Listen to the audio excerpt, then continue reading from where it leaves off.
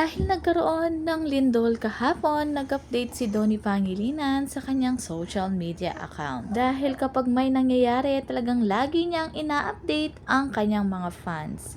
At nagkaroon nga sila ng movie night kasama ang Team Pangilinan. At may biglangan larawan na nagpakita na sweet ang dalawa at sabi nga ng mga netizen, kailan kaya ito nangyari? Talagang hindi sila mapaghihiwalay kahit walang date na nakikita ngayon. At sinuportahan naman ni Donnie Pangilinan ang kanyang kaibigan na si Jello Marquez. Sabi nga nila, Donnie as a fanboy muna kay Jello.